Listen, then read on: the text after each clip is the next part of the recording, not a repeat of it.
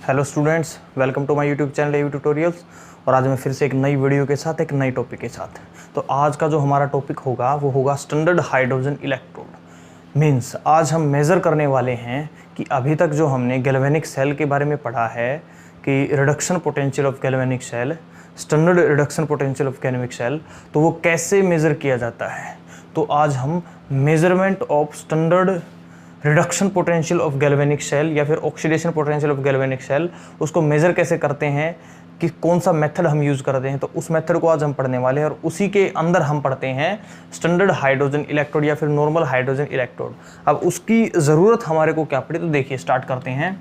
हम क्या करते हैं कि फिर पोटेंशियल हम सीधा लिखते हैं कि potential of single electrode, potential of a single electrode is called absolute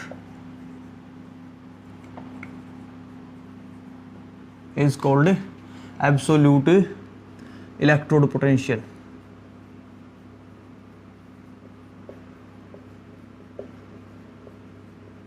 तो पहली बात मैंने आपको बताई है कि अगर हम किसी एक सिंगल इलेक्ट्रोड का, कैथोड का या फिर एनोड का इलेक्ट्रोड पोटेंशियल कैलकुलेट करते हैं तो उसको हम बोलते हैं एब्सोल्यूट इलेक्ट्रोड पोटेंशियल। उसको हम बोलते हैं एब्सोल्यूट इलेक्ट्रोड पोटेंशियल। तो अगर आपसे कोई पूछे कि एब्सोल्यूट इलेक्ट्रोड पोटेंशियल क्या होता है, तो आपको बताना है कि इलेक्ट्रोड पोटेंशियल किसका, सिंगल इलेक्ट्रोड का, कि हमने सिर्फ सिंगल इलेक्ट्रोड ली, या तो कैथोड लिया फिर एनोड ली, और उसका किसी भी तरीके से हमने मेजर कर लिया इलेक्ट्रोड पोटेंशियल, तो वो होगी उसकी absolute value. But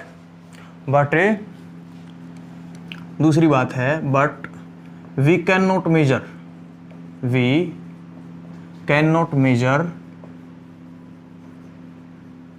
value of absolute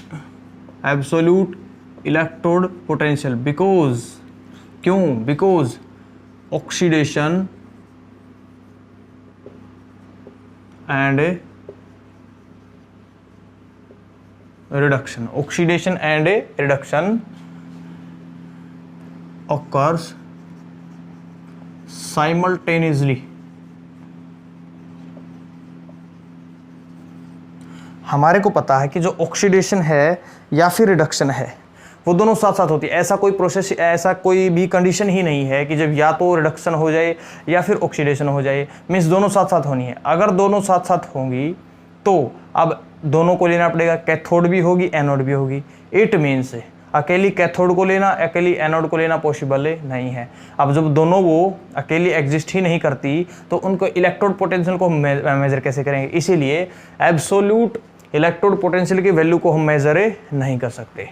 क्यों नहीं कर सकते? क्योंकि रिडक्शन और ऑक्सीडेशन साथ साथ होती हैं। इसीलिए अगर हमारे को किसी भी इलेक्ट्रोड का इलेक्ट्रोड पोटेंशियल कैलकुलेट करना है तो हमारे को साइड में एक ऐसी रेफरेंस इलेक्ट्रोड चाहिए जिसका रिडक्शन पोटेंशियल हमारे को पहले से पता हो। तो फिर हम क्या करें, हम सेल का इलेक्ट्रोड पोटेंशियल निकाले, सेल का पोटेंशियल निकाल लेते हैं और उसी से हम निकालेंगे फिर उस इलेक्ट्रोड का इलेक्ट्रोड पोटेंशियल। तो अब वो कैसे करते हैं, तो इसी वजह से हमारे को नीड होती है, therefore we need a reference electrode, we need a reference electrode. तो इसीलिए हमारे को ज़रूरत होती है रेफरेंस इलेक्ट्रोड की। क्यों? देखिए समझिए, मान लीजिए कि ये कोई अपना गैल्वेनिक सेल है, ये कोई अपना गैल्वेनिक सेल है, इसके अंदर ये एक इलेक्ट्रोड थी, इसके अंदर ये दूसरी इलेक्ट्रोड है। अब ये दोनों को कनेक्ट कर दिया हमने, बीच में कहीं वोल्टमीटर या फिर पोटेंशियोमीटर हमने लगा दिया, ठीक है। अभी क्या कुछ ले रखा आपको पता है क्या कुछ लेना होता है। मान लीजिए एनोड है, ये कैथोड है, ठीक है। अब अगर मान लीजिए कि हमारे को इस एनोड का, यहाँ पे हमने कॉपर रोड दे रखी है, एनोड पे हमने कॉपर रोड दे रखी है, इसका इलेक्ट्रोड पोटेंशियल हमारे को निकालना है, एनोड का इलेक्ट्रोड पोटेंशियल हमारे को निकालना है। तो अगर हमारे को कहीं से कैथोड का इलेक्ट्रोड पोटेंशियल पता लग जाए तो हम क्या निकाल लें फिर, तो हम इस पूरे सेल का निकाल लें। कैसे निकालेंगे? E naught of cell will be equal to E naught of cathode minus E naught of anode. अब निकालना किसका है, एनोड का। अगर कैसे भी कैथोड का पता हो पहले से ही, ऑलरेडी नोन हो, तो हम सेल का निकाल लें। बोलिए, सेल का निकाल लेते हैं। तो इट मीन्स अब इस एक्सपेरिमेंटल सेटअप को जब हम सेटअप करेंगे तो यहाँ से जब वैल्यू आएगी, मीन्स हमने मान लिया, कंसिडर कीजिए कि कैथोड की वैल्यू 0 है। कैथोड के electrode potential, standard electrode potential की वैल्यू क्या है, 0। तो अब इस कंडीशन में E naught of cell will be equal to E naught of anode.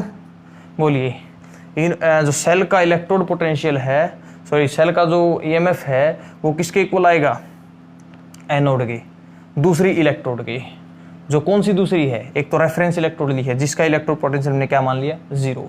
तो अगर एक ऐसी इलेक्ट्रोड हो जिसका इलेक्ट्रोड पोटेंशियल 0 है तो हम दूसरी को निकाल सकते हैं। कैसे, कि हम ऐसे एक्सपेरिमेंटल सेटअप करेंगे, एक इलेक्ट्रोड वो लेंगे जिसका इलेक्ट्रोड पोटेंशियल 0 है या फिर नॉन है, और दूसरी लेंगे जिसका निकालना है। फिर हम इस वोल्ट मीटर के अंदर रीडिंग को मेजर करेंगे। तो जो वोल्ट मीटर की रीडिंग होगी वो ई स्टैंडर्ड ऑफ सेल होगा, और ई स्टैंडर्ड ऑफ सेल ही इक्वल होगा ई नोट ऑफ एनोड के, जिसको हम फाइंड आउट कर रहे थे।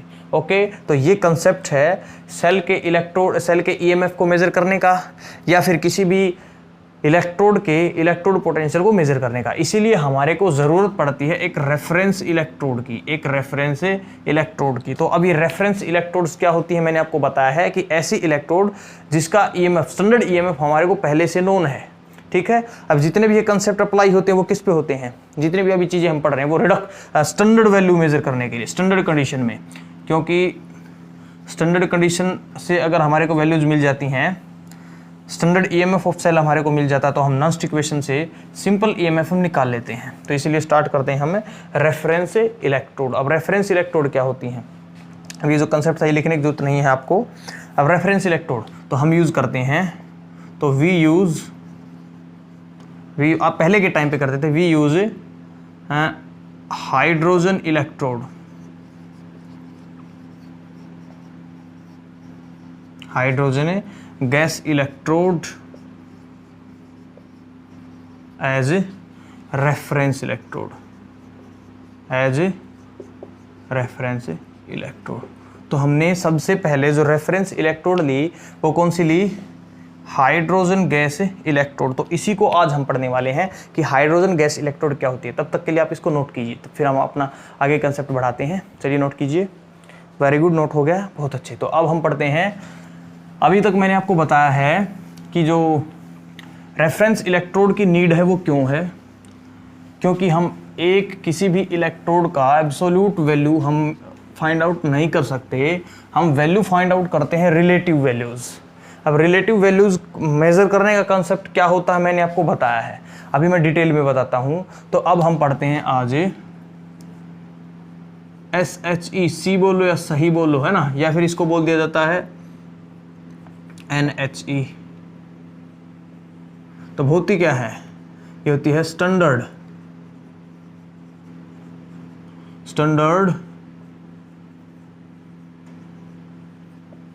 Hydrogen gas electrode, standard hydrogen gas electrode, या फिर आप इसको बोल देते हो नॉर्मल, या फिर नॉर्मल हाइड्रोजन गैस इलेक्ट्रोड। तो चाहे तो बोल लो आप स्टैंडर्ड हाइड्रोजन गैस इलेक्ट्रोड, या फिर आप बोलो नॉर्मल हाइड्रोजन गैस इलेक्ट्रोड, बात सेम है, दोनों चीज़ें क्या हैं, सेम। तो अब होती क्या है, तो सबसे पहले तो हम पढ़ लेते हैं, ये होती है गैस इलेक्ट्रोड होती है।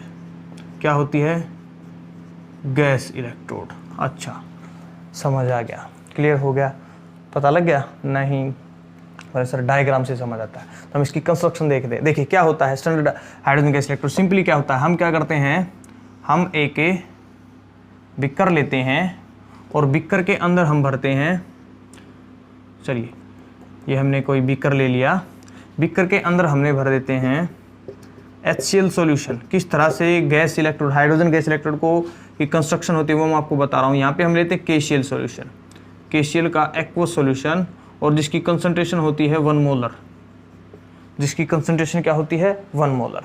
उसके बाद टेम्परेचर को हमने मान लिया 298 केल्विन, टेम्परेचर को हमने मान लिया 298 केल्विन, क्योंकि हम स्टैंडर्ड कंडीशन में पढ़ रहे हैं, स्टैंडर्ड इलेक्ट्रोड पोटेंशियल को मेजर कर रहे हैं।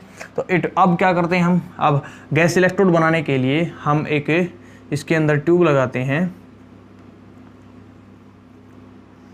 इस तरह से हमने एक ग्लास ट्यूब इसके अंदर लगाई, ठीक है। अब उस ग्लास ट्यूब का जो एक एंड है वो ओपन होता है इस तरह से, ओके। अब ऊपर से हमने ये क्लोज़ की, बट क्लोज़ करने से पहले हमने एक इनलेट पाइप इसके अंदर लगा दी इस तरह से। ये जो पाइप है कहाँ तक आती है, HCl के सॉल्यूशन तक, जहाँ तक ये, ठीक है।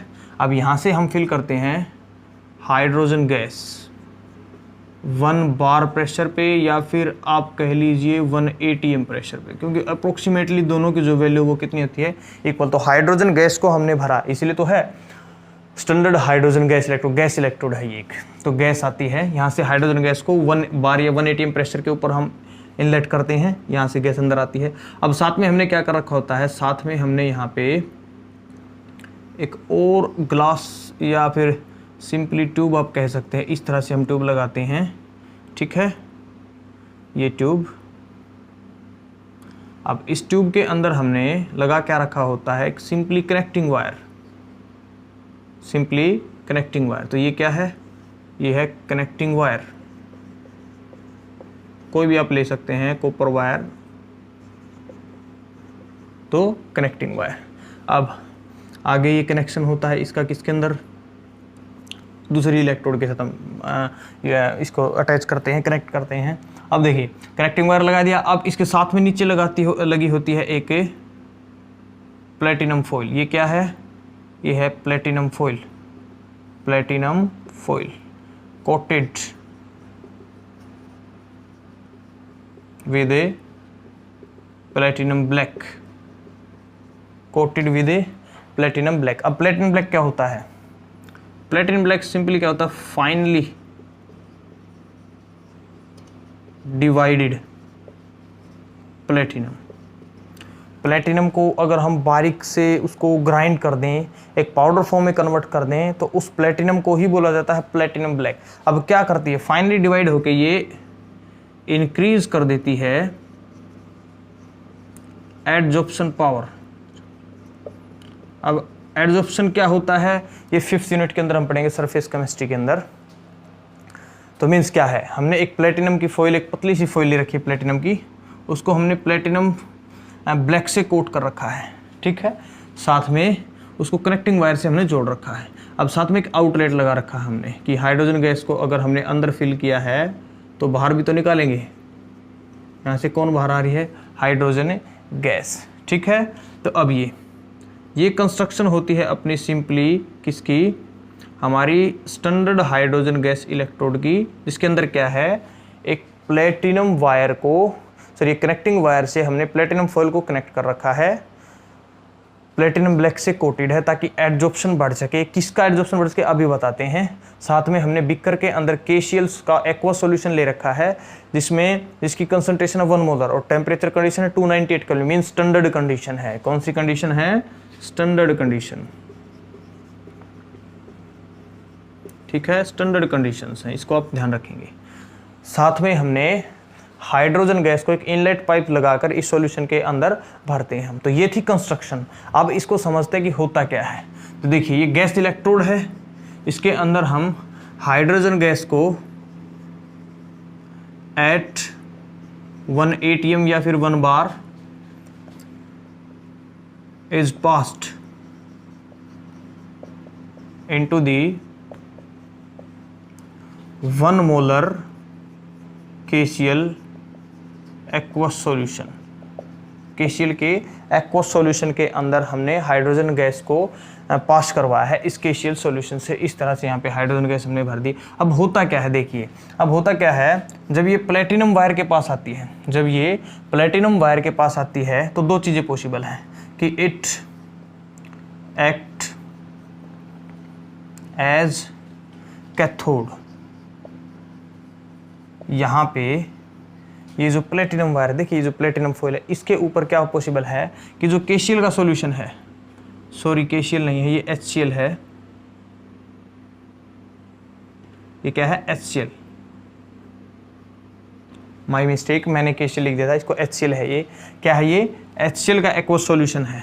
अब जो HCl का एक्वस सॉल्यूशन होता है 1 मोलर, इसमें क्या प्रेजेंट है, H पॉजिटिव आयंस। क्या प्रेजेंट है, H पॉजिटिव। तो H पॉजिटिव आयंस इस प्लेटिनम ब्लैक के पास जाते हैं और क्या करते हैं, कैथोड, बोल रहा है ये प्लेटिनम वायर है, जो प्लेटिनम फॉइल है, ये कैथोड की तरह काम कर सकती है। अब ये जो पूरी है ये गैस इलेक्ट्रोड है, हाइड्रोजन गैस इलेक्ट्रोड, इसके अंदर अब पॉसिबल क्या है, कैथोड की तरह जब ये काम करती है, ये H पॉजिटिव आयन सॉल्यूशन से आते हैं, इलेक्ट्रॉन को लेते हैं, 2 H पॉजिटिव आयन 2 इलेक्ट्रॉन को लेंगे और हाइड्रोजन गैस बना देंगे, हाइड्रोजन गैस से बना देंगे। और जो हाइड्रोजन गैस है ये बाहर निकल जाएगी, ऐसे हाइड्रोजन गैस से बाहर निकल जाएंगे। या फिर क्या हो सकता है, या फिर हो सकता है कि it act as anode, it act as anode. Anode पे क्या होगा, एनोड पे ऐसा हो सकता है कि जो हाइड्रोजन गैस के मॉलिक्यूल्स बाहर से आ रहे हैं, ये जब इस प्लेटिनम वायर के ऊपर आएंगे, जब इस प्लेटिनम फॉइल के ऊपर आएंगे, तो ये क्या कर सकते हैं कि हाइड्रोजन गैस के जो मॉलिक्यूल हैं वो 2 हाइड्रोजन के आयन बनाएंगे और साथ में 2 इलेक्ट्रॉन को लूज कर देंगे। साथ में किसको लूज कर देंगे, इलेक्ट्रॉन्स को। ठीक है, तो मीन्स कैथोड पे होगी तो इसके ऊपर क्या हो जाएगी, रिडक्शन। और अगर एनोड पे होगी तो इसके ऊपर क्या हो जाएगी, ऑक्सीडेशन। तो मीन्स ये जो इलेक्ट्रोड है, स्टैंडर्ड हाइड्रोजन इलेक्ट्रोड, ये दोनों की तरह काम कर सकती है, कैथोड की तरह भी, एनोड की तरह भी। कैथोड पे होगी तो रिडक्शन होगा, सॉल्यूशन से 2 H पॉजिटिव आयंस आएंगे, 2 इलेक्ट्रॉन लेके प्लेटिनम के वायर से, प्लेटिनम के फॉइल से 2 इलेक्ट्रॉन को लेके रिड्यूस हो जाएंगे हाइड्रोजन गैस के मॉलिक्यूल के अंदर, तो रिडक्शन कैथोड की तरह काम करेगी। और एनोड ऑक्सीडेशन कैसे काम करेगी, हो सकता है जो हाइड्रोजन गैस बाहर से आ रही है वो इस प्लेटिनम वायर के फॉइल के पास आए और क्या करे, अपने 2 इलेक्ट्रॉन को छोड़ दे। अब किसके ऊपर डिपेंड करता है कि इट एक्ट बोथ, किसके ऊपर डिपेंड करता है, depending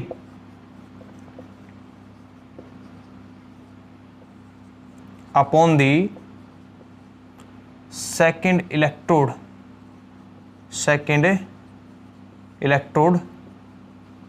attached to it.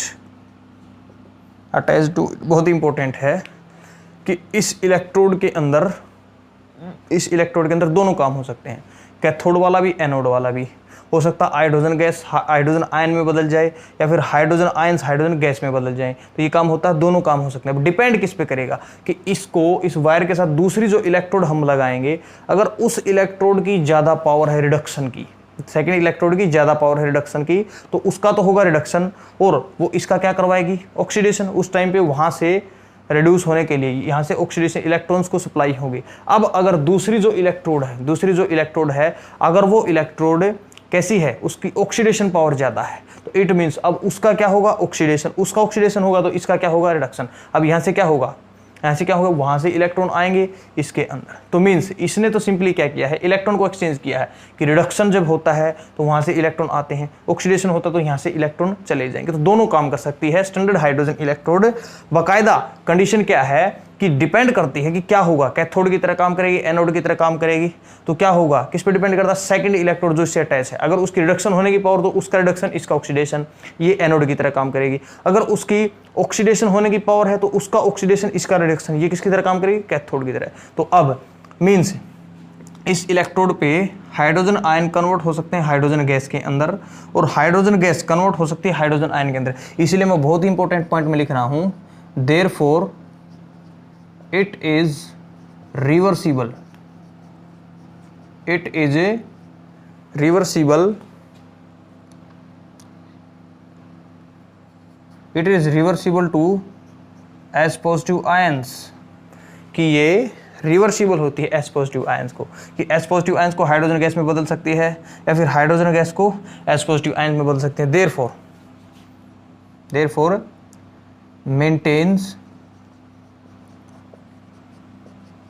maintains a concentration of a HCl solution as 1 molar. इसी वजह से जो ये कंसंट्रेशन है इसको मेंटेन रखते हैं कुछ टाइम के लिए 1 मोलर कंडीशन पे।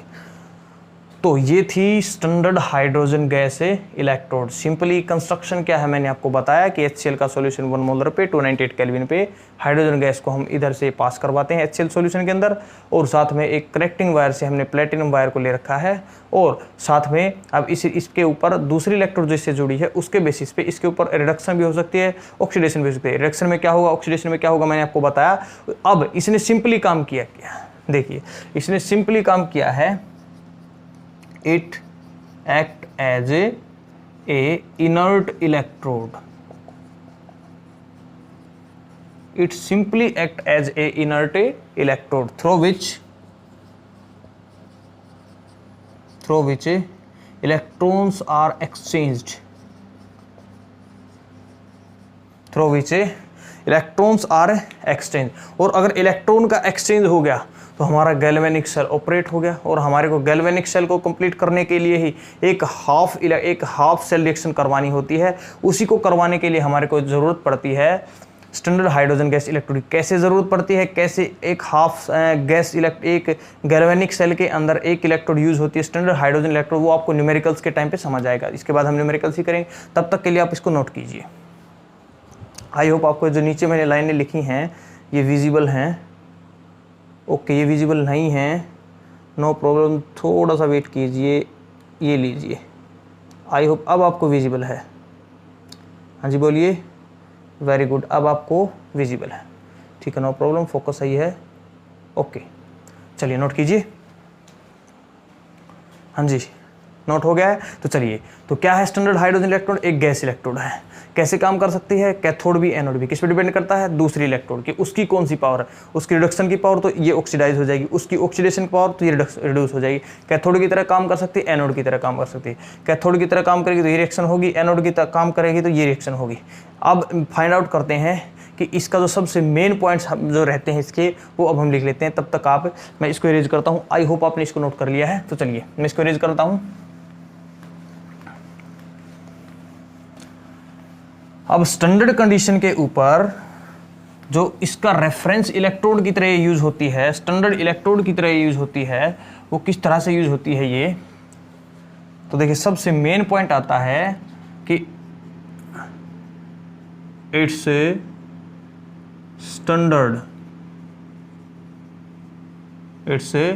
Standard oxidation potential and reduction potential is 0.0 volt. सबसे इंपॉर्टेंट बात यही है कि इस इलेक्ट्रोड का चाहे तो स्टैंडर्ड ऑक्सीडेशन पोटेंशियल आप कहें, चाहे स्टैंडर्ड रिडक्शन पोटेंशियल आप कहें, बट IUPAC ने बोल रखा है कि स्टैंडर्ड रिडक्शन पोटेंशियल की ही बात करते हैं, तो उसकी जो वैल्यू होती है वो क्या होती है, 0.0 वोल्ट, 0.0 वोल्ट। तो इसी वजह से इसको हम यूज़ करते हैं एज ए रेफरेंस इलेक्ट्रोड। तो क्लियर है। अब बोलोगे सर ये कैसे मान लिया, देखिए हमने जितनी भी वैल्यू हम लिखते हैं, हम बोलते हैं कॉपर का रिडक्शन पोटेंशियल कितना, 0.34 वोल्ट, किसको देखते हुए, स्टैंडर्ड हाइड्रोजन इलेक्ट्रोड को देखते हुए, ठीक है। अगर हम बोलते हैं सिल्वर का कितना होता है प्लस 0.8 वोल्ट, तो वो किसको देखते हुए, इसको देखते हुए, इससे रिलेटिव हो वो सारे इलेक्ट्रोड पोटेंशियल की वैल्यूज। पहले इसकी वैल्यू 0.0 मानते, इसकी वैल्यू 0.0 मानते, तभी बाकी सभी इलेक्ट्रोड पोटेंशियल की वैल्यू 0.8 0.34 है। तो इसको रिलेट करके हम निकालते हैं, तो बहुत ही इंपॉर्टेंट है। उसके बाद चलिए हम इसके बारे में कुछ और बात लिखते हैं कि इट इज रिप्रेजेंटेड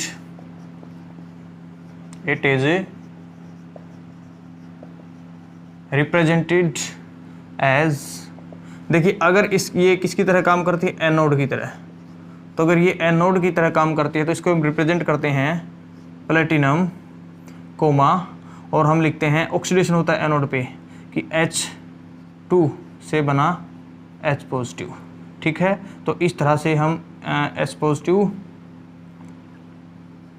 एक्वस, और साथ में लिखते हैं कंसंट्रेशन, साथ में लिखते हैं इसकी कंसंट्रेशन, अगर एनोड की तरह काम कर। और अगर ये कैथोड की तरह काम करती है, अगर ये काम करती है किसकी तरह, कैथोड की तरह, तो हम लिखते हैं प्लेटिनम H पॉजिटिव आयन से एक्वस, ठीक है, उससे हम लिख देते हैं क्या, कंसंट्रेशन भी लिखनी होती है, और हाइड्रोजन गैस, साथ में क्या होता है, हाइड्रोजन गैस, यहाँ पे भी डाल लीजिए आपको कि सर एक जगह तो लिख दिया दूसरी जगह नहीं लिखा, तो हाइड्रोजन गैस। तो अगर इसके ऊपर ऑक्सीडेशन होती है तो एनोड की तरह काम करेगी, तब इसको इसे ऐसे रिप्रेजेंट करेंगे। और अगर इसके ऊपर रिडक्शन होती है तो हम इसके ऊपर रिडक्शन होती है तो इसको इस तरह से रिप्रेजेंट करेंगे। तो ये रिप्रेजेंटेशन होती है स्टैंडर्ड हाइड्रोजन इलेक्ट्रोड की। वो कंस्ट्रक्शन होती है कि क्या क्या होता है स्टैंडर्ड हाइड्रोजन इलेक्ट्रोड के अंदर, किस तरह से ऑपरेट करती है। तो अब सी थी है ना स्टैंडर्ड हाइड्रोजन इलेक्ट्रोड, उसको हम कैसे यूज कर सकते हैं एज ए रेफरेंस इलेक्ट्रोड। अब उसको मान लीजिए रेफरेंस इलेक्ट्रोड हम कैसे यूज़ करेंगे कि जिसका रिडक्शन पोटेंशियल या फिर ऑक्सीडेशन पोटेंशियल कितना हो 0.0 वोल्ट। तो कंसीडर कीजिए हमारे को बोला गया कि आप जिंक रोड का स्टैंडर्ड ईएमएफ निकालिए, फिर इलेक्ट्रोड पोटेंशियल निकालें, स्टैंडर्ड बोला गया। तो अब कैसे निकालोगे? तो अब हम इसका यूज करने के लिए हम क्या करते हैं, हम एक गैल्वेनिक सेल कंस्ट्रक्ट करते हैं और इस गैल्वेनिक सेल के अंदर एक हाफ सेल हम बनाते हैं। किसका? एक हाफ सेल हम बनाते हैं जिंक रोड को। ये हमने लगा दी जिंक रोड और इसमें भर दिया हमने जिंक सल्फेट सॉल्यूशन, ठीक है। और दूसरी हम यहाँ पे जो इलेक्ट्रोड लेंगे वो हम लेंगे अपनी स्टैंडर्ड हाइड्रोजन इलेक्ट्रोड। यहाँ पे हम लेते हैं standard hydrogen electrode, no problem, okay. तो अब स्टैंडर्ड हाइड्रोजन इलेक्ट्रोड मैं आपको अभी पढ़ा चुका हूँ, उसके अंदर होता है HCl सॉल्यूशन 1 मोलर, ठीक है। टेम्परेचर हमने 298 केल्विन मान लिया, मीन्स हमने जो कंडीशन रखी वो 298 केल्विन स्टैंडर्ड कंडीशन रखी। उसके बाद अब इन दोनों को हमने एक वायर से कनेक्ट कर दिया और बीच में कहीं लगा दिया वोल्टमीटर जो ईएमएफ ऑफ सेल को मेजर कर सकता है, ठीक है। तो ये हमने दोनों को साल्ट ब्रिज से कनेक्ट कर दिया। बोलिए कोई प्रॉब्लम? कोई प्रॉब्लम नहीं सर। ये क्या है? साल्ट ब्रिज, आपको पता है, काफ़ी बार मैंने एक्सप्लेन किया है। तो अब हम क्या करते हैं, अब हमारे को जिंक रोड का निकालना है। तो देखिए अब होता क्या है, अब हम इस वोल्टमीटर के अंदर रीडिंग नोट करेंगे। इस गैल्वेनिक सेल को हमने ऐसे कंस्ट्रक्ट किया और गैल्वेनिक सेल को कंस्ट्रक्ट करके हमने वोल्टमीटर से ईएमएफ सेल की वैल्यू कैलकुलेट की। कंसीडर कीजिए कि इस वोल्टमीटर ने ये रीडिंग दिखाई 0.76 वोल्ट। इसने जो रीडिंग दिखाई वो दिखाई 0.76 वोल्ट, इसकी जो रीडिंग्स थी, ठीक है। अब इसकी रीडिंग्स किसको रिप्रेजेंट करेंगी? ई नोट ऑफ सेल को। किसको रिप्रेजेंट करेंगी? ई नोट ऑफ सेल को। But E naught of cell थोड़ा निकालना था, हमारे को निकालना था जिंक रोड का। इसका ई नोट हमारे को निकालना है, ठीक है। इसका ई नोट हमारे को निकालना है। तो अब इसका ई नोट कैसे निकाल? देखिए हमारे को वोल्टमीटर जैसे हमने कंस्ट्रक्ट किया, हमारे को वोल्टमीटर की रीडिंग मिली 0.76 वोल्ट और इसका जो 0.76 वोल्ट जो इसकी रीडिंग्स थी वो किसकी वैल्यू देंगी? ई नोट ऑफ सेल की, क्योंकि ये किसकी वैल्यू कैलकुलेट करके देगा? ई नोट ऑफ सेल की। तो अब ई नोट ऑफ सेल किसके इक्वल होता है? E naught of cathode minus E naught of anode, है ना। अब एक क्या है? एक है स्टैंडर्ड हाइड्रोजन इलेक्ट्रोड। अब इसका ई नोट तो हमारे को पता होता है, इसका जो ई नोट है वो क्या है? 0.0 वोल्ट। वो क्या होता है? 0.0 वोल्ट। तो अब क्या करें हम? अब अगर हमारे को ये पता लग जाए इस हाफ सेल के अंदर कि कैथोड कौन है एनोड कौन है, तो हमारा काम हो जाएगा आसान। तो देखिए अब हम पता करते हैं, जब हम इस सेल को कंस्ट्रक्ट करते हैं तो हमारे को दिखता है कि जो इलेक्ट्रॉन्स की मूवमेंट है, electron moves from zinc rod to standard hydrogen electrode. Electron moves from zinc rod to standard hydrogen electrode. It means therefore, इसका मतलब है कि जो जिंक के एटम्स है, जिंक सॉलिड कन्वर्ट होता है Zn2 प्लस आयंस के अंदर, साथ में छोड़ता है 2 इलेक्ट्रॉन्स। और अब SHE क्या करती है, वहाँ पे 2 H पॉजिटिव 2 इलेक्ट्रॉन को लेके बन जाते हैं हाइड्रोजन गैस का मॉलिक्यूल, बन जाते हैं हाइड्रोजन गैस का मॉलिक्यूल्स। मीन्स यहाँ पर तो क्या हुआ है? ऑक्सीडेशन, यहाँ पर हुआ है ऑक्सीडेशन। देयरफॉर जिंक रोड ने किसका काम किया? एनोड का। और यहाँ पे हुआ है रिडक्शन, यहाँ पे हुआ है रिडक्शन। और अब रिडक्शन का काम हुआ है तो क्या किसकी तरह काम किया है? कैथोड। मीन्स इस हाफ सेल के अंदर जिंक रोड ने ऑक्सीडेशन का काम किया, रिडक्शन ने किसका काम किया, कैथोड का। अब ये कैसे पता लगा, ये पता लगा हमारे को इलेक्ट्रॉन्स की मूवमेंट से, कि अगर इलेक्ट्रॉन से जिंक रोड से इसकी तरफ जाएंगे तो जिंक का ऑक्सीडेशन, इसका रिडक्शन। अगर इलेक्ट्रॉन SHE से इधर आए तो इसका रिडक्शन, इसका ऑक्सीडेशन। अब वो किसे पता लगता है, वोल्टमीटर की रीडिंग से। आपको पता है कि जिस डायरेक्शन में करंट फ्लो होता है उस डायरेक्शन में वोल्टमीटर अपना डिफ्लेक्शन शो करता है, और जिस डायरेक्शन में करंट की डिफ्लेक्शन होती है उससे अपोजिट डायरेक्शन होती है इलेक्ट्रॉन्स की। क्लियर है। तो इस तरह से हमारे को पता लगता है कि कौन कैथोड है, कौन है एनोड है। तो हमने देखा कि इस तरह से कुछ चीज़ें ऑब्जर्व होती हैं कि इसका ऑक्सीडेशन, इसका रिडक्शन। मीन्स जो जिंक रोड है वो किसकी तरह काम करती है, ऑक्सीडेशन एनोड, और SHE ने किसकी तरह काम किया। तो अब हम क्या करते हैं, अब E नोट ऑफ सेल हम निकाल लेते हैं। हमने E naught of cell voltmeter की रीडिंग से हमारे को मिल गया, कैथोड कौन है पता लग गया, एनोड कौन है पता लग गया,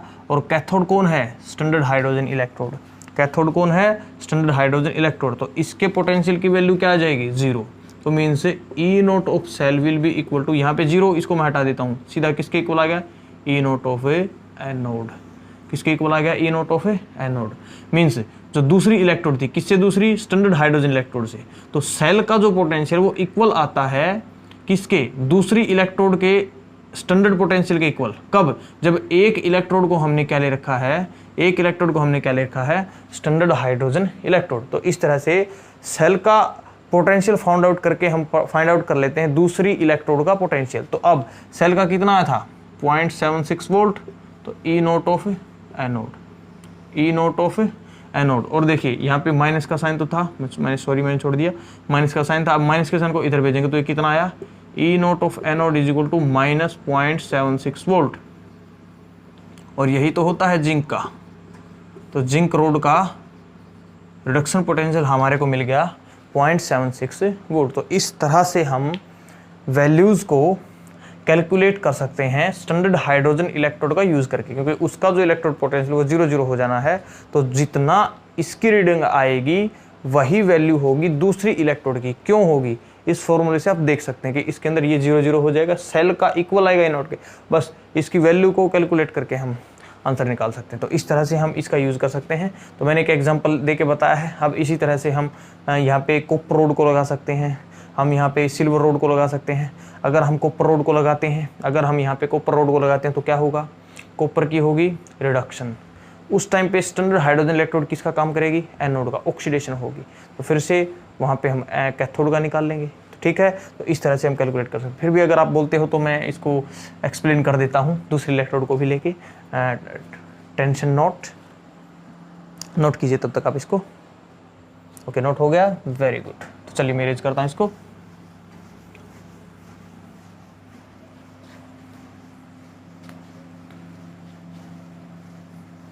अब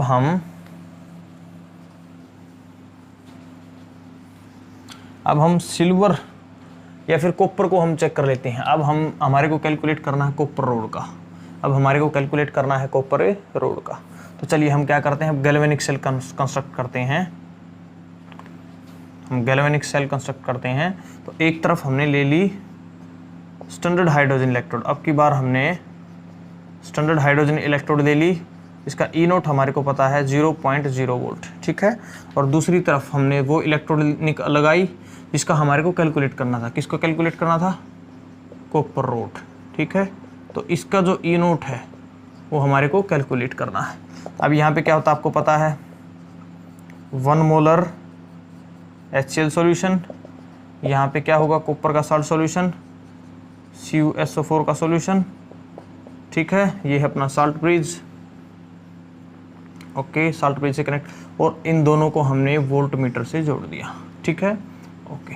तो अब हमने इस सेल को ऐसे कंस्ट्रक्ट करके हमने वोल्टमीटर की रीडिंग्स को ऑब्जर्व किया, इसकी डिफ्लेक्शन को ऑब्जर्व किया। तो हमने देखा कि इसकी जो डिफ्लेक्शन है, इसकी जो डिफ्लेक्शन थी वो डिफ्लेक्शन क्या थी, वो डिफ्लेक्शन थी कुछ इस तरफ, वो डिफ्लेक्शन थी कुछ इस तरफ। और ये किसकी डिफ्लेक्शन को शो करता है, इसकी जो डिफ्लेक्शन की डायरेक्शन, वो डायरेक्शन शो करती है करंट की।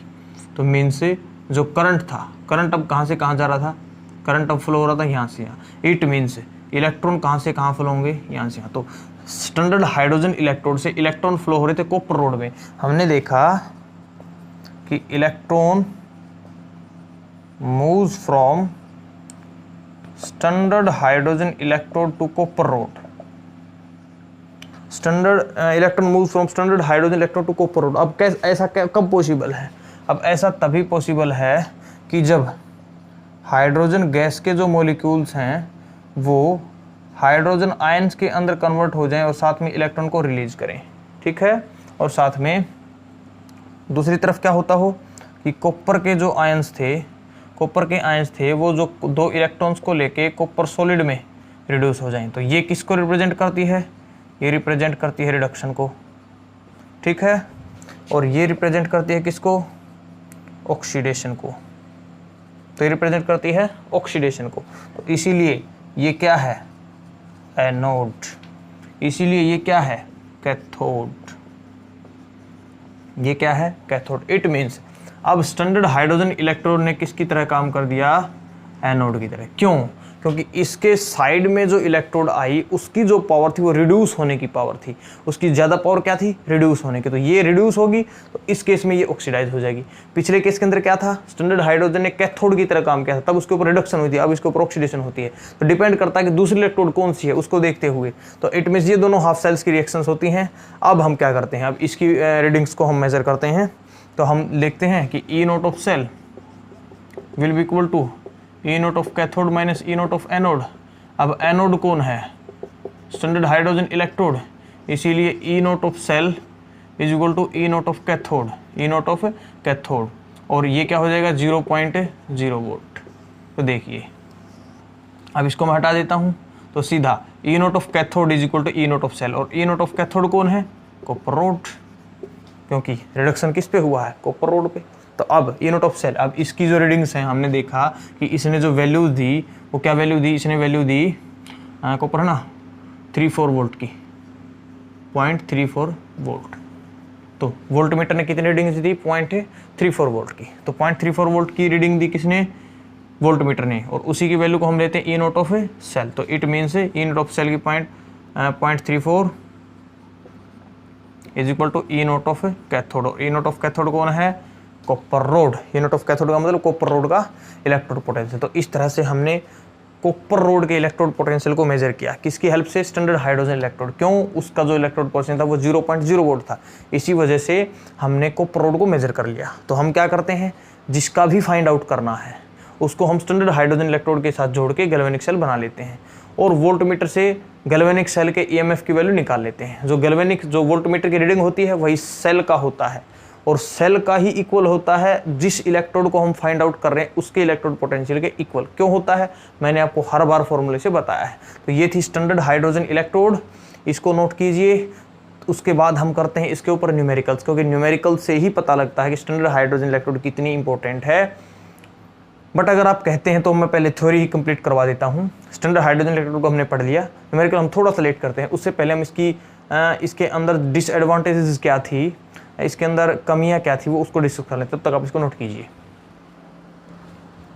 चलिए, वेरी गुड, नोट हो गया है। तो चलिए मैं इसको इरेज करता हूं। अब हम बात करते हैं कि स्टैंडर्ड हाइड्रोजन इलेक्ट्रोड के अंदर दिखते क्या हैं। इसके कंसेप्ट को, स्टैंडर्ड हाइड्रोजन इलेक्ट्रोड के कंसेप्ट का यूज करके बहुत सारे न्यूमेरिकल्स आपके कंपटीशन एग्जाम में पूछे जाते हैं, उनको हम डिस्कस करते हैं। बट उससे पहले मैं इसके अंदर थोड़ी सी इसके थ्योरेटिकल पार्ट को कंप्लीट कर देता हूँ। देखिए, स्टैंडर्ड हाइड्रोजन इलेक्ट्रोड के अंदर कुछ डिसएडवांटेजेस हैं इसकी, या फिर आप ड्रॉबैक्स कहिए। ड्रॉबैक्स क्या है? देखिए, पहला तो क्या है कि ये गैस इलेक्ट्रोड है। ये कैसी इलेक्ट्रोड है? Gas electrode.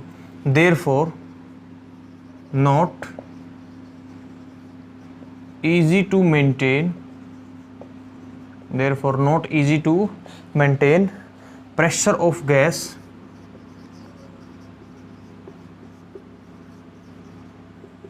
वन बार या फिर 1 atm। कि गैस इलेक्ट्रोड है, उसके गैस के प्रेशर को 1 atm 1 बार बनाए रखना इतना आसान नहीं होता है। तो पहली ड्रॉबैक तो ये है। दूसरी दिक्कत क्या आई इसके अंदर? दूसरी दिक्कत ये आई कि डिफ़िकल्ट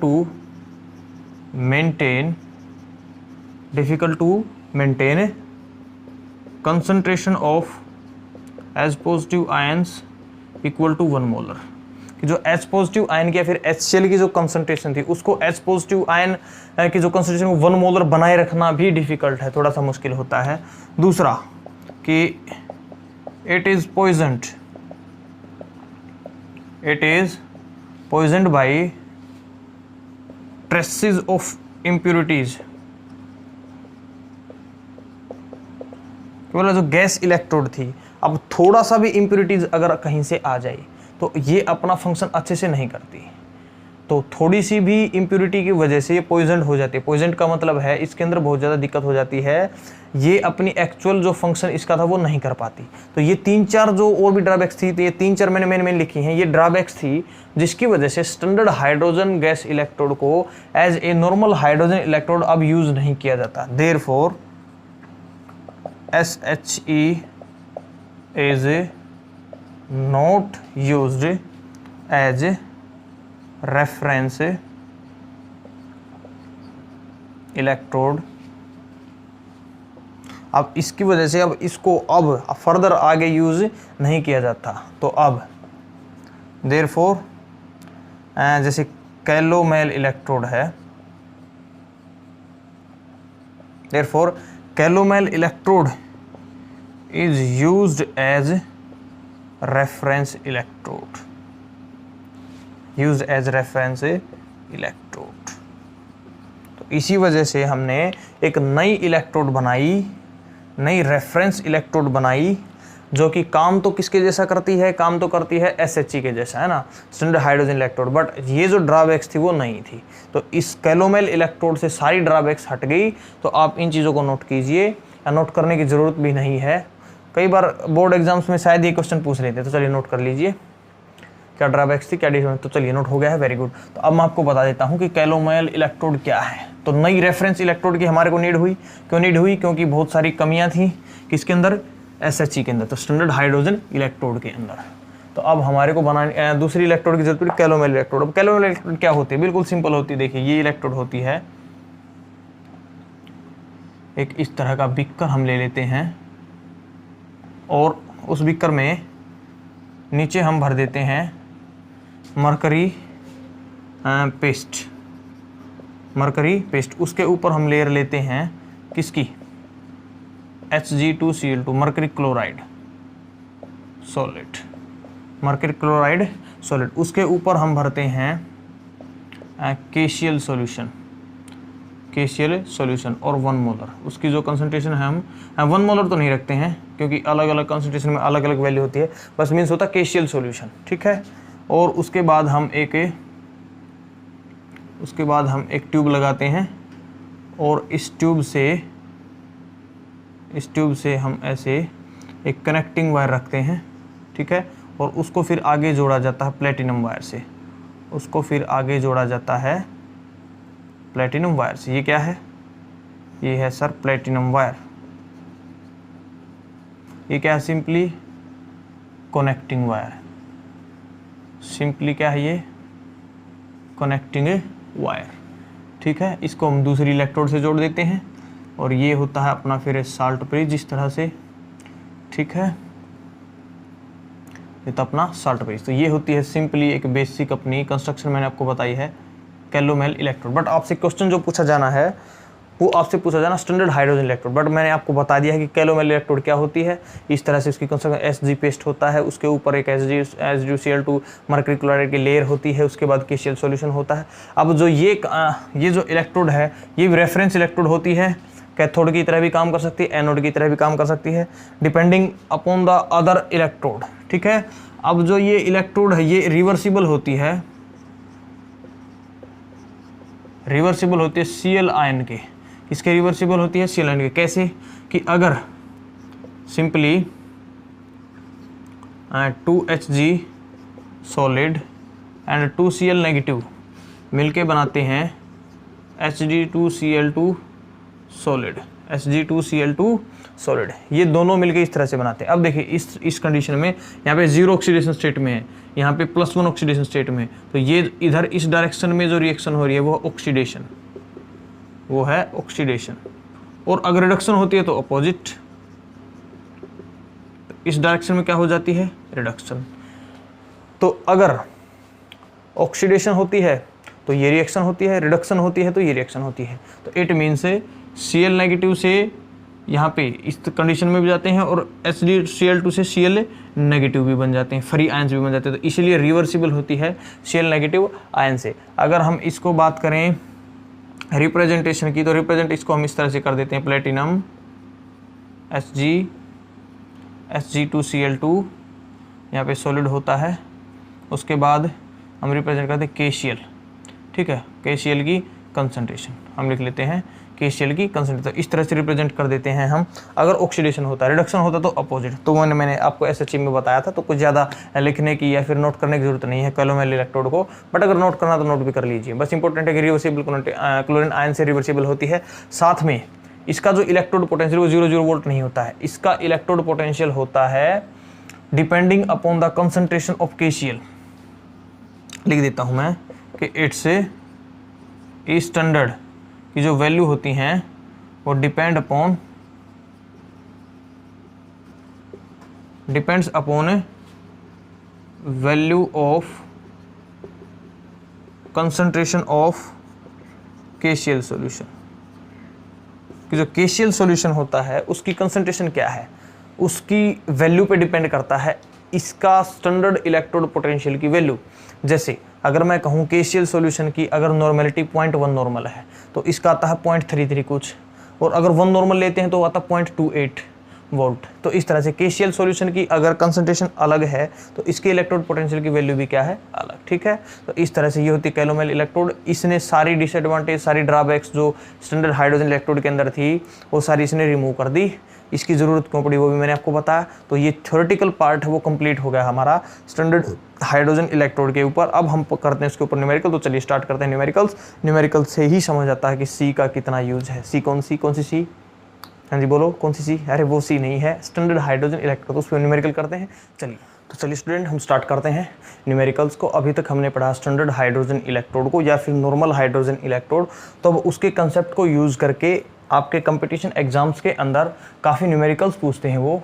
तो जो कुछ न्यूमेरिकल्स मैंने लिख रखे हैं तो हम देखते हैं कि कैसे न्यूमेरिकल पूछते हैं, कैसे आपको अप्रोच करना है।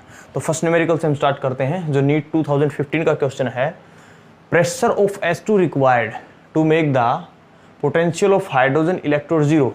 हाइड्रोजन जो इलेक्ट्रोड है उसका जो पोटेंशियल है वो हमारे को बनाना है 0, और उसके लिए प्रेशर ऑफ H2 रिक्वायर्ड कि हाइड्रोजन गैस का कितना प्रेशर हमारे को चाहिए।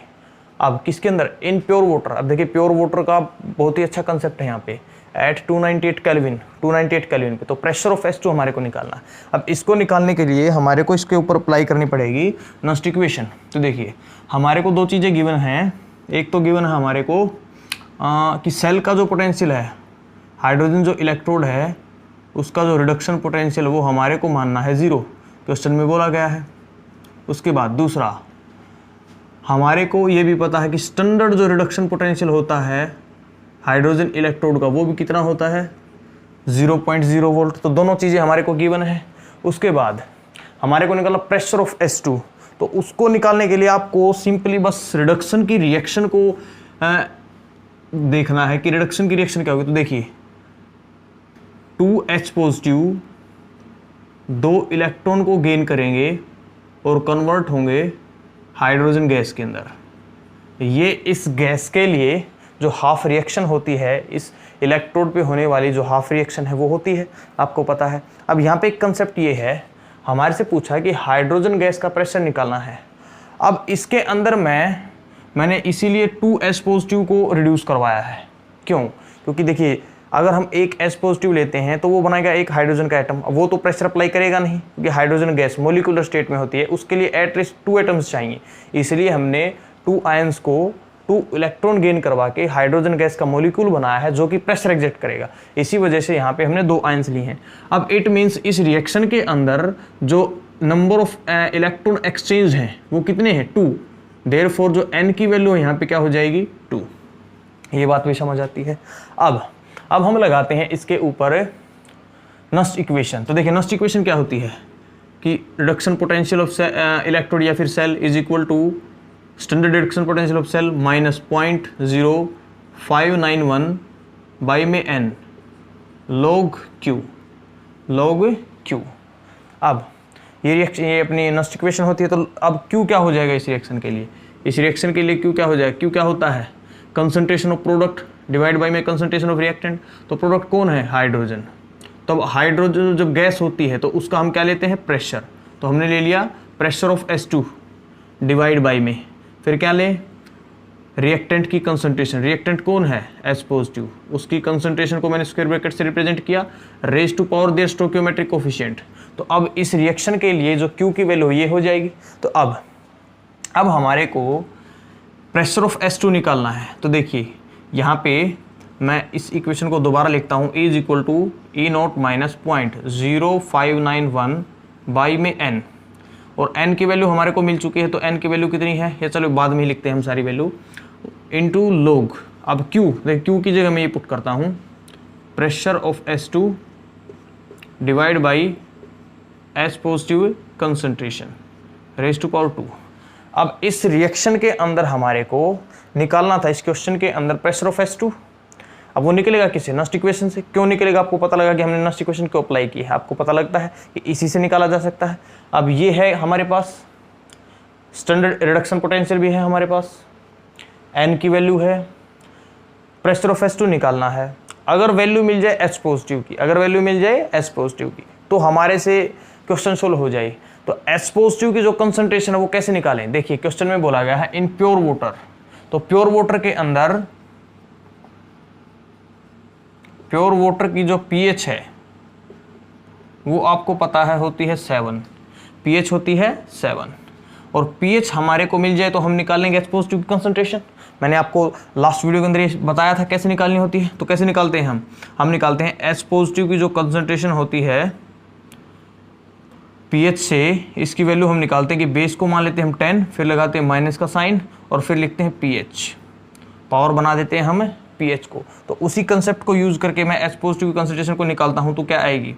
H positive concentration will be equal to 10, base मान लिया हमने, माइनस का साइन लगाया और फिर pH। अब प्योर वाटर की pH कितनी होती है? 7.7 नहीं है।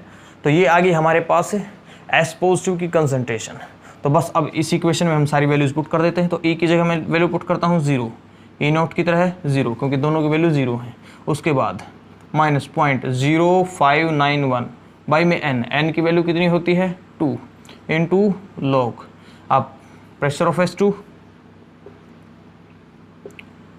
डिवाइड बाई में H पॉजिटिव की concentration 10⁻⁷ and raise to power their stoichiometric coefficient. अब इसको अगर मैं सोल्व करता हूँ, तो कितना हो जाएगा? बोलिए 10⁻14।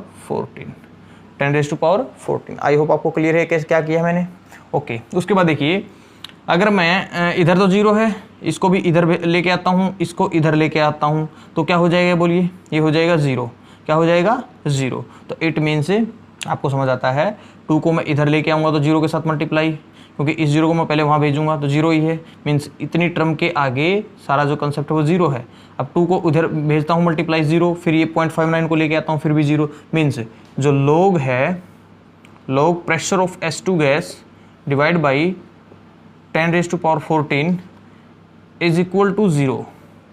ये टर्म किसके इक्वल है? 0 के। अब जो log 1 है उसकी वैल्यू होती है 0, आपको पता है ये log 1 की वैल्यू होती है 0। इट मीन्स जहाँ पे 0 है वहाँ पे मैं पुट कर सकता हूँ log 1, जहाँ पे 0 है मैं वहाँ पे पुट कर सकता हूँ log 1। इसी वजह से मैं इसको लिखता हूँ log pressure of H2 divide by 10⁻14, 0 की जगह मैं पुट करता हूँ log 1, मैं पुट करता हूँ log 1। अब हम क्या करते हैं? अब हम ले लेते हैं एंटी लॉग। हमने ले लिया एंटी लॉग, तो दोनों टर्म्स का हमने एंटी लॉग ले लिया। तो एंटी लॉग लेते ही एंटी लॉग से लॉग कैंसिल, एंटी लॉग से लॉग कैंसिल। तो प्रेशर ऑफ H2, अरे एक मिस्टेक हमने कर दी। देखिए जो यहाँ पे था वो था 10⁻⁻⁷⁻², क्योंकि देखिए जो H पॉजिटिव की कंसंट्रेशन 10⁻⁻⁷, हमने +7 ले ली, तो माई मिस्टेक है, वेरी वेरी सॉरी।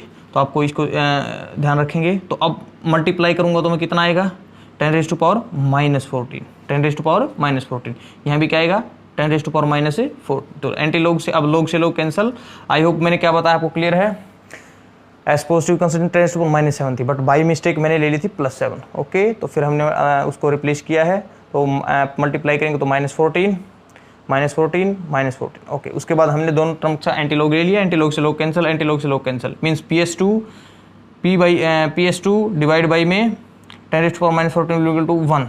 तो अब यहाँ से हम निकाल सकते हैं कि pressure of S2 gas will be equal to, ये उधर जाएगा मल्टीप्लाई में, तो 10⁻⁻14। और प्रेशर की यूनिट्स क्या होती हैं, ATM, क्योंकि हर जगह हमारे को जो वैल्यू है वो किस में दे रखी है, ATMs में। ATM और ATM, तो हमारा आंसर होगा 10⁻⁻14 ATM। तो our answer will be 10⁻⁻14 ATMC। तो ये हो जाएगा हमारा आंसर। तो इस तरह से हमने इस न्यूमेरिकल को कैलकुलेट किया। तो इसके अंदर भी यूज हुई थी अपनी जो स्टैंडर्ड हाइड्रोजन इलेक्ट्रोड, तो उसी के ऊपर ये न्यूमेरिकल बेस था। तो मैंने आपको बड़े सिंपल वे के अंदर बड़ा स्लोली मैंने आपको एक्सप्लेन किया है कि प्रेशर ऑफ S2 निकालना था, किससे निकलेगा, नस्ट इक्वेशन से। नस्ट इक्वेशन में क्या क्या चाहिए, E की वैल्यू, E0 की वैल्यू, N की वैल्यू, H पॉजिटिव आयन की कंसंट्रेशन, ये तो हमारे को कैलकुलेट करना है। ये गिवन है, ये भी गिवन है। N की वैल्यू हमने रिडक्शन की रिएक्शन लिखी। अब इसके अंदर 2 इलेक्ट्रॉन्स क्यों लिए हैं, क्योंकि हमारे को हाइड्रोजन गैस वही तो प्रेशर अप्लाई करेगी, इसी वजह से 2 H पॉजिटिव आयंस लिए, तो इसकी इसी वजह से 2 इलेक्ट्रॉन्स एक्सचेंज होंगे, तो N की वैल्यू 2। वैसे कोई फ़र्क नहीं पड़ता, 1 लेते कोई प्रॉब्लम नहीं, बट हमारा कंसेप्ट सही होना चाहिए। उसके बाद बस सारी वैल्यू पुट कर दी, बट प्रॉब्लम आएगी H पॉजिटिव आयन की कंसेंट तो नहीं दे रखी। तो न्यूमेरिकल में एक बहुत अच्छा कंसेप्ट था कि प्योर वाटर मीन्स क्या, pH की वैल्यू 7, प्योर वाटर की pH 7। तो pH से फिर हमने H पॉजिटिव आयन की कंसंट्रेशन निकाली। कैसे निकलती मैंने आपको लास्ट वीडियो के अंदर बताया था, अब भी बताया, मैंने एक्सप्लेन किया।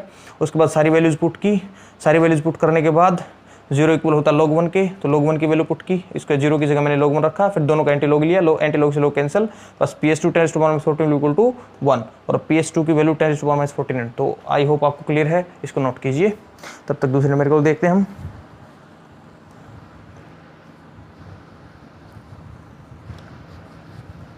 ओके होगा नोट, वेरी गुड। तो चलिए नेक्स्ट न्यूमेरिकल को आप रीड आउट कीजिए, तब तक इसको मैं रेज करता हूं। तो अच्छा न्यूमेरिकल था, बहुत ही अच्छा कंसेप्ट था ये कंसंट्रेशन वाला न्यूमेरिकल। तो नेक्स्ट न्यूमेरिकल है जो वो अपना ये है कि reduction potential of hydrogen half cell will be negative. जो हाइड्रोजन हाफ सेल है, हाइड्रोजन गैस इलेक्ट्रोड है, उसका जो रिडक्शन पोटेंशियल वो नेगेटिव आना चाहिए।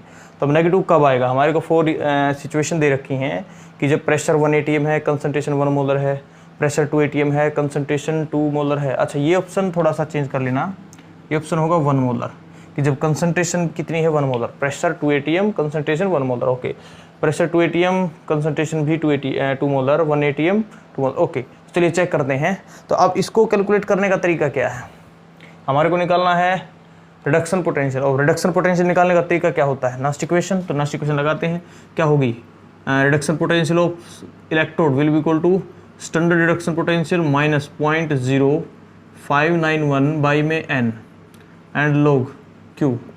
ओके, अब ये रिएक्शन है हाफ इलेक्ट्रोड के लिए, तो हाफ इलेक्ट्रोड की रिएक्शन लिख लेते हैं हम। H पॉजिटिव एक इलेक्ट्रॉन को गेन करके बनता है हाफ H2 गैस का मॉलिक्यूल, ये इसकी हाफ रिएक्शन होती है, आपको पता है। तो देख सकते हैं कि n की जो वैल्यू वो कितनी होगी 1, n की वैल्यू 1 है, और यहाँ से Q की वैल्यू क्या हो जाएगी, रिएक्शन क्वोशेंट, प्रोडक्ट बाई में रिएक्टेंट। तो प्रोडक्ट क्या है, हाइड्रोजन गैस, उसका हम क्या लेते हैं, pressure, raise to power its stoichiometric coefficient divide by में रिएक्टेंट, रिएक्टेंट कौन है H पॉजिटिव, और उसकी कंसंट्रेशन। तो रिएक्शन क्वोशेंट हो जाएगा ये। ओके, तो मीन्स इक्वेशन हमारे को मिलेगी E0 माइनस 0.0591 बाई में 1 log। Okay, pressure of S2 rest power 1/2 divide by में H पॉजिटिव कंसंट्रेशन। अब हमारे को क्वेश्चन में बोला है कि रिडक्शन पोटेंशियल ऑफ सेल की वैल्यू आनी चाहिए नेगेटिव, तो मीन्स जो ये टर्म है इसकी वैल्यू नेगेटिव आनी चाहिए। अब इसकी वैल्यू नेगेटिव कब आई, देखिए अब ये तो जीरो होता है स्टैंडर्ड रिडक्शन पोटेंशियल, तो इसको तो भूल जाओ, इसकी वैल्यू तो जीरो है। उसके बाद 1 से कोई फ़र्क नहीं पड़ेगा लोग, अब मतलब जो चीज़ें हैं यहाँ पे आंसर डिपेंड करेगा तो वो इस टर्म पे करेगा, है ना। तो इस टर्म की जो वैल्यू है वो आ सकती है पॉजिटिव और इस टर्म की वैल्यू आ सकती है नेगेटिव।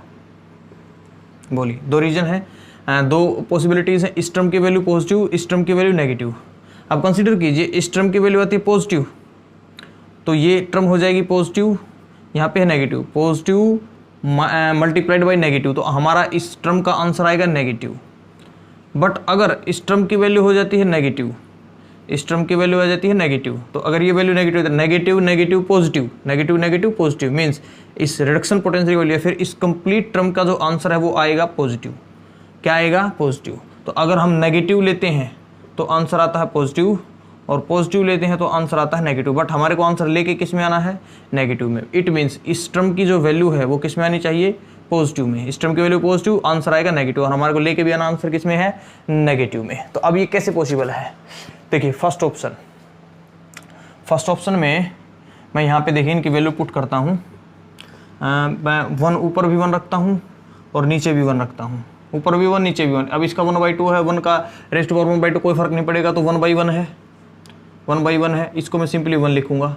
तो ये बना हमारा log 1, इसकी जगह क्या आ गया 1, तो log 1, ये मैं यहाँ पे लिख के बता देता हूँ।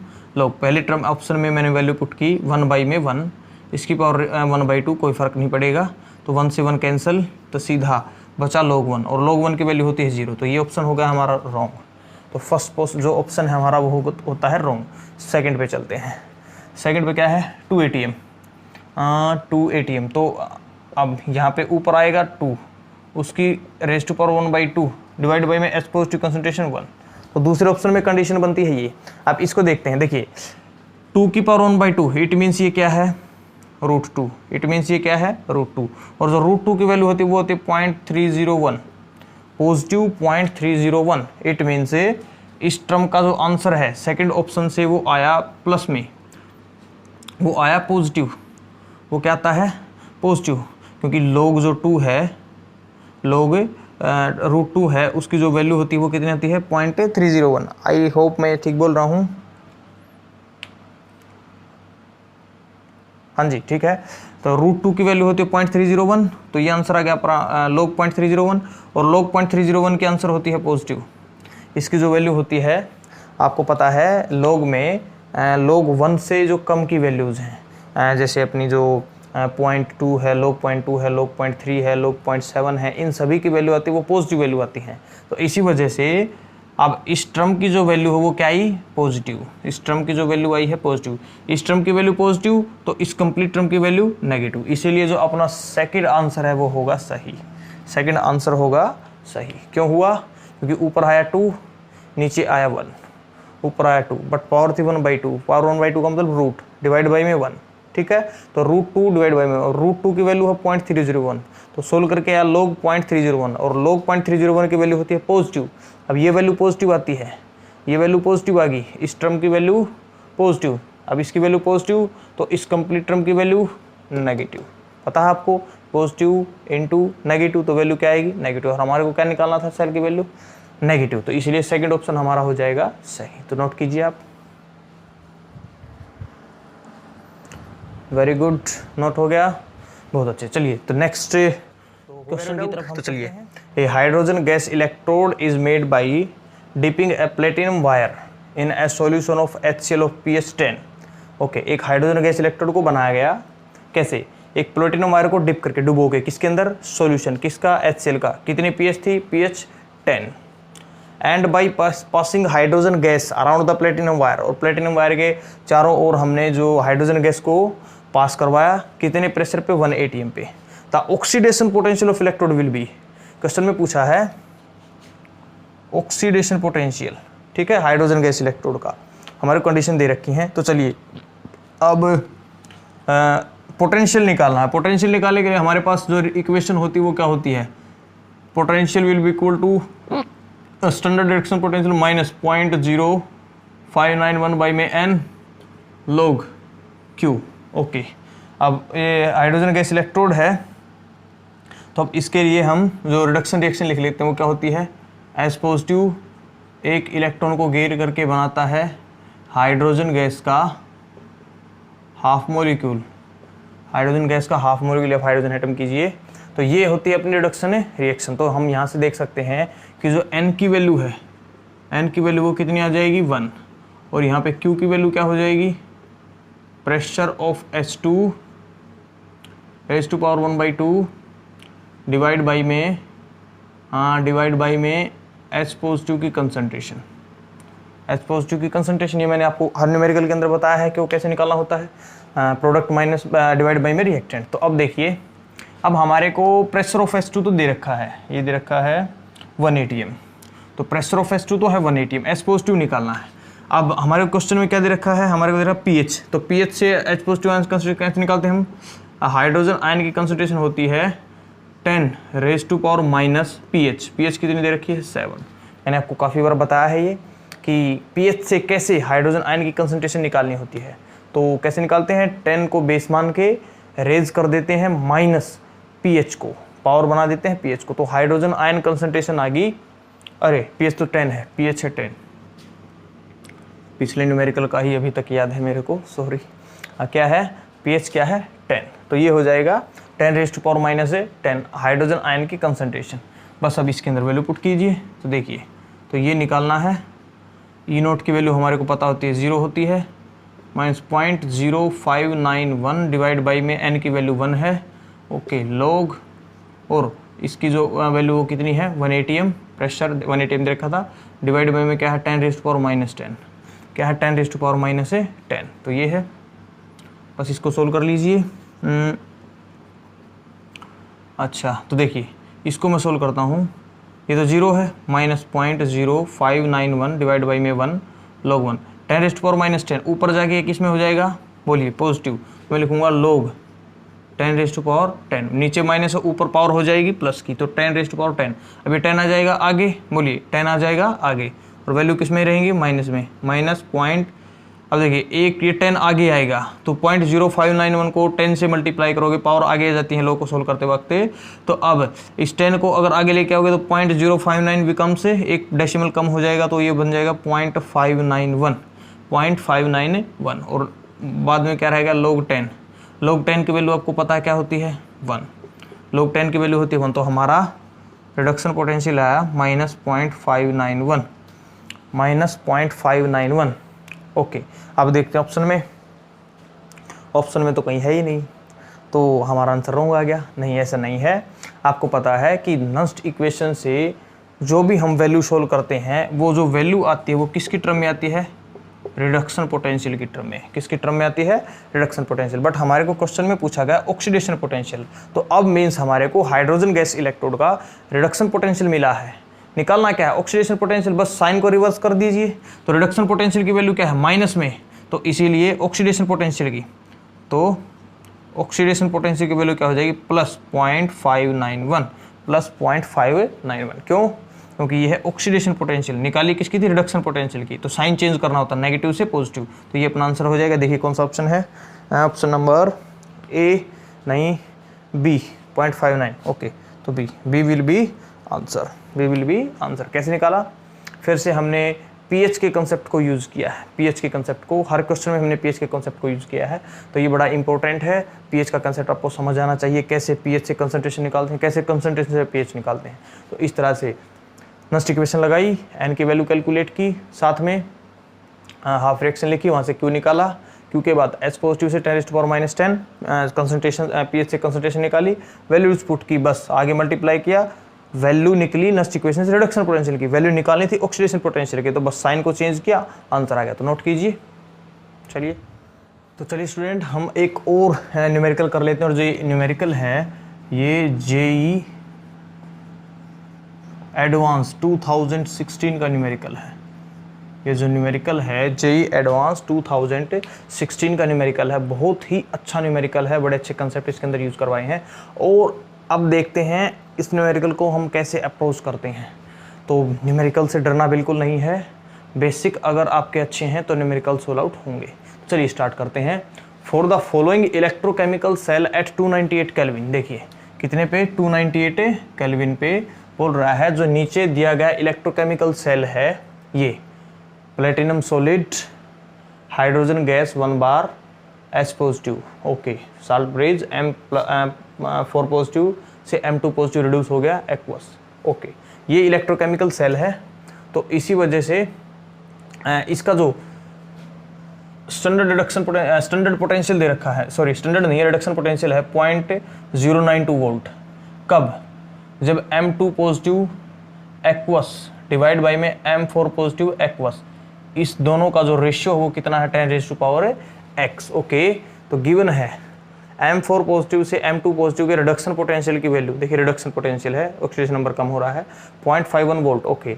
और 2303 RT/MF 0.59 वोल्ट है, ये कोई दिक्कत नहीं, आपको पता है। तो वैल्यू ऑफ x निकालनी है, वैल्यू ऑफ x, ये x की वैल्यू हमारे कैलकुलेट करनी है, 4 ऑप्शन दिए गए हैं। चलिए आपने रीड आउट कर लिया है, चलिए कीजिए, रीड आउट हो गया, वेरी गुड। तो चलिए स्टार्ट करते हैं। अब इसमें हमारे को रिडक्शन पोटेंशियल दे रखा है, ओके, और स्टैंडर्ड रिडक्शन पोटेंशियल हम निकालते हैं इसका, ठीक है।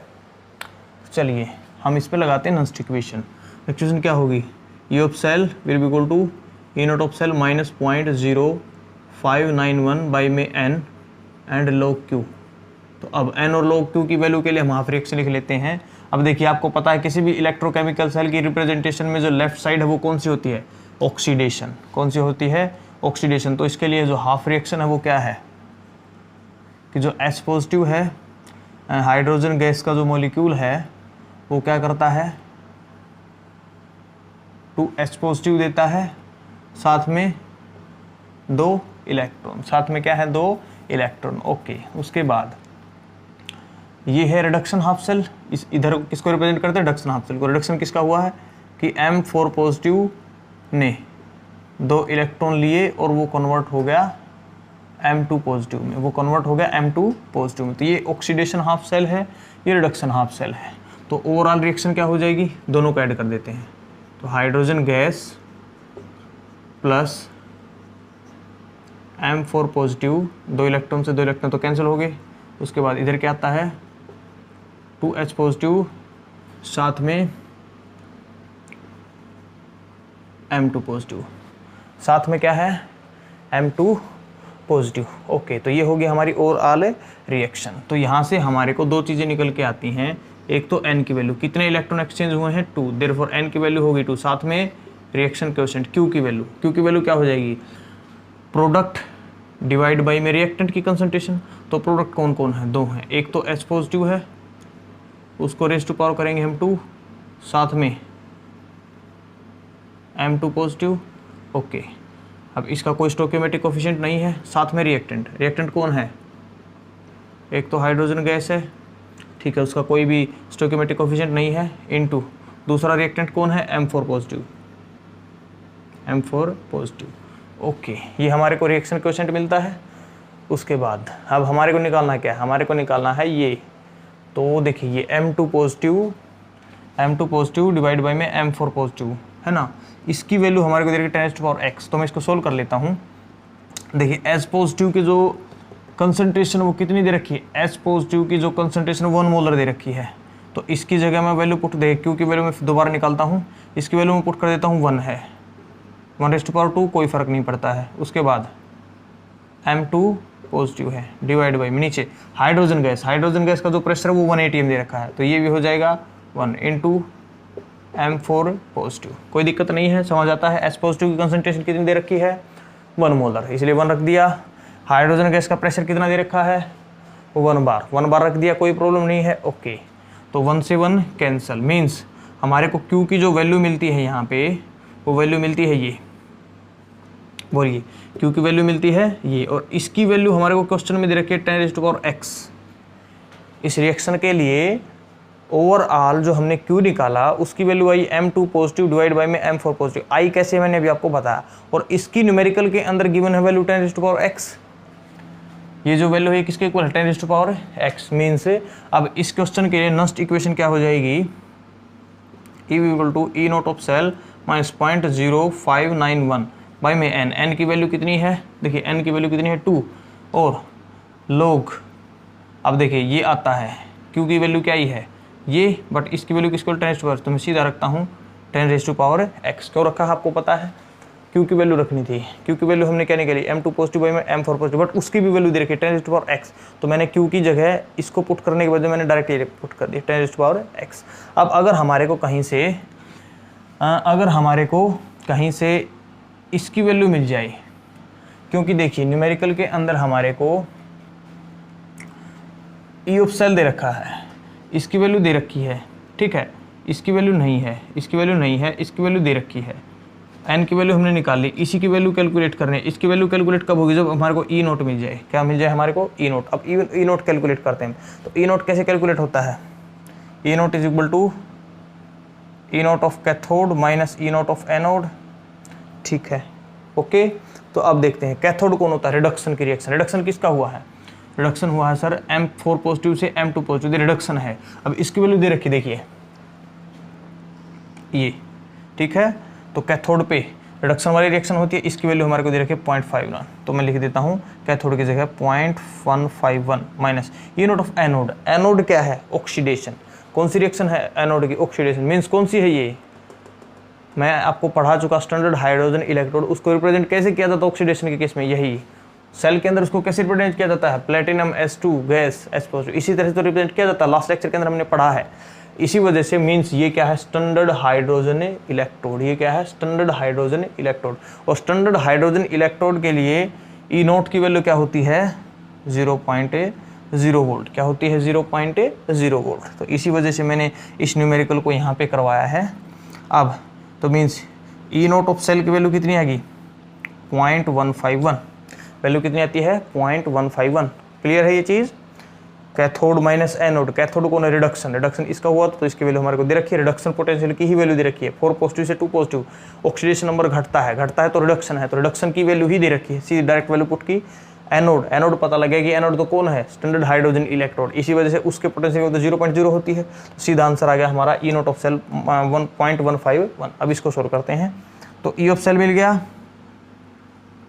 0.092, ई नोट ऑफ सेल मिल गया 0.151 माइनस 0.0591 बाई में 2, ठीक है, ये रहा। चलिए 1 तो नहीं दे रखा है, चलो 1 को हटा देता हूँ मैं। अच्छा, लोग 10 रेज़ टू पावर x। अब करते हैं इसको सोल्व। अब देखिए कैसे सोल्व किया जाए, इसको मैं इधर भेजता हूँ, इसको मैं भेजता हूँ इधर, ओके, या फिर हम क्या कर लेते हैं, हम देखिए इस टर्म को तो ले आते हैं इधर, ठीक है, और इस टर्म को ले आते हैं इधर, कोई प्रॉब्लम।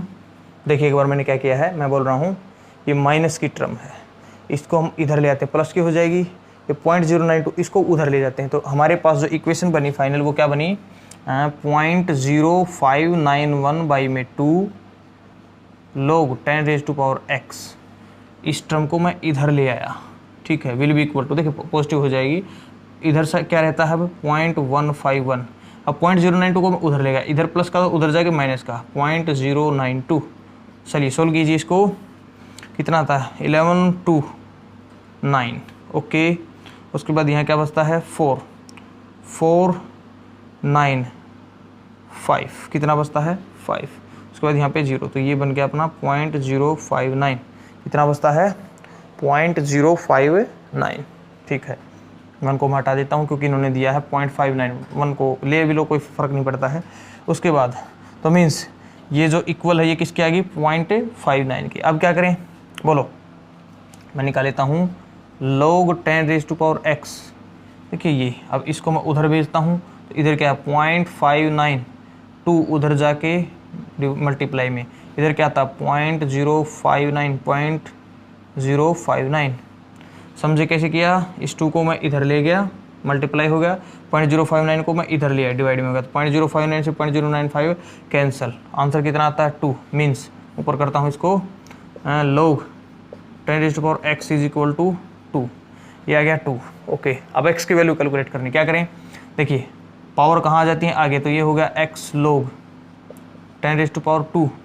अब x log 10 की वैल्यू क्या होती है 1 is equal to 2, therefore x की वैल्यू क्या आएगी, x इज इक्वल टू 2। तो x की वैल्यू क्या आई 2। तो देखते हैं कौन से ऑप्शन में है, ये रहा first option -2, B option -1, C option D में है +2। तो x की जो वैल्यू आई वो आई +2। तो देखिए बहुत ही अच्छा न्यूमेरिकल था ये, एक बार आप इसको नोट कीजिए, फिर मैं आप इसको दोबारा से एक्सप्लेन करता हूँ। ओके, नोट हो गया है, चलिए स्टार्ट करते हैं। हमारे से पूछा था इस न्यूमेरिकल के अंदर कि 10⁻x, इस x की वैल्यू कैसे कैलकुलेट करें।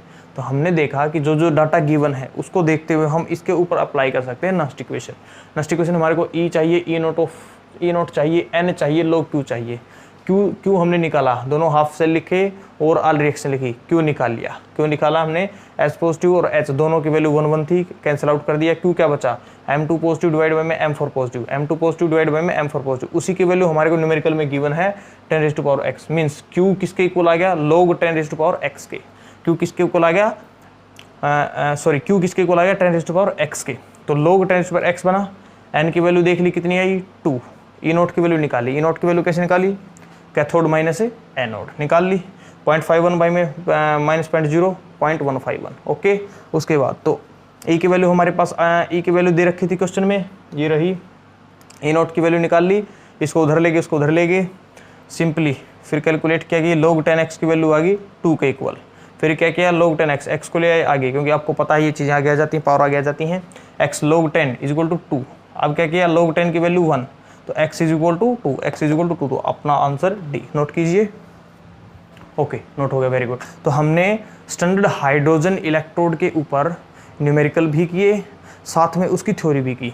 तो मैंने आपको थ्योरी के अंदर ही बताया था कि स्टैंडर्ड हाइड्रोजन इलेक्ट्रोड के ऊपर बड़े अच्छे न्यूमेरिकल्स बनते हैं। बहुत सारे न्यूमेरिकल्स के अंदर एक जो इलेक्ट्रोड है वो आपको मिलती है क्या, स्टैंडर्ड हाइड्रोजन इलेक्ट्रोड, और उसी कंसेप्ट के ऊपर बहुत सारे क्वेश्चन पूछते हैं। तो देखिए मैंने 4 क्वेश्चंस करवाए हैं जो कि कंपटीशन एग्जाम्स के अंदर ही आते हैं। ऐसा नहीं है कि बोर्ड एग्जाम्स के अंदर नहीं आते, आते हैं बट कम आते हैं। कंपटीशन के अंदर ज़्यादा इसका यूज़ किया जाता है। तो आई होप न्यूमेरिकल्स की हेल्प से, थ्योरी वाले पोर्शन की हेल्प से स्टैंडर्ड हाइड्रोजन इलेक्ट्रोड क्या है और किस तरह से यूज़ करनी है, उसको कहाँ काम आती है, तो आई होप अब आपको सारी चीज़ें क्लियर होंगी। अगर क्लियर हो गया, अगर आपको समझ आता स्टैंडर्ड हाइड्रोजन इलेक्ट्रोड, तो आपको क्या करना है, वीडियो को लाइक, शेयर, चैनल को सब्सक्राइब, साथ में बेल आइकन को प्रेस कर लीजिए ताकि हर वीडियो की नोटिफिकेशन आपको मिले। और साथ में लॉकडाउन के टाइम पे घर पे रहें, सेफ रहें और साथ में ऑनलाइन एजुकेशन का मजा लें। तो चलते मिलते हैं नेक्स्ट वीडियो के अंदर, तब तक के लिए घर पर रहें, सेफ रहें।